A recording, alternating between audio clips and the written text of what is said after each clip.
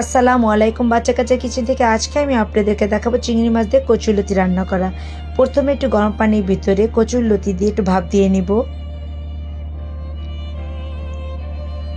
দেখুন আমি কিভাবে ভাপ দিচ্ছি।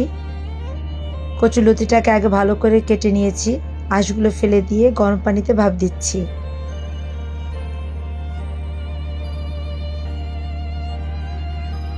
আমার ভাপ দেওয়া শেষ, সেটাকে উঠে ফেলেছি। এবার একটু প্যানে তেল গরম হলে এর ভিতরে আমি পেঁয়াজ কুচি দিলাম, আদা রসুন বাটা দিয়েছি,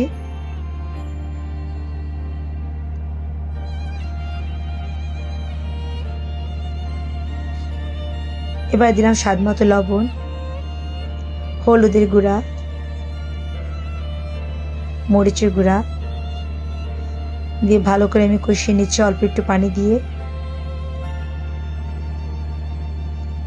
মশলাটা ভালো করে কষানো হলে এবার আমি চিংড়ি মাছ দিলাম।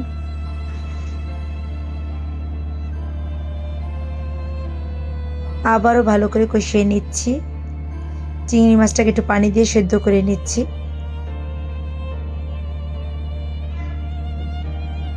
এবার আমি কচুরলতিটা দিয়ে দিলাম।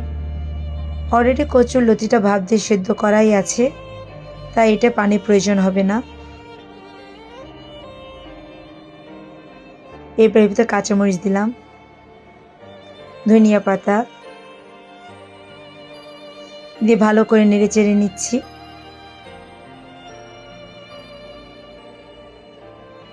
দেখুন দেখতে কালারটা কত সুন্দর এসেছে, আর এটা খুব ঝটপট রান্না হয়ে যায়।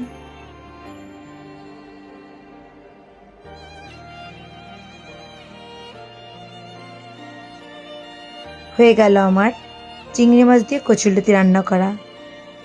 দেখুন দেখতে কত অসাধারণ, খেতে ঠিক তেমনই মজা। অবশ্যই সবাই ট্রাই করবেন চিংড়ি মাছ দিয়ে কচুরলতি রান্না করা।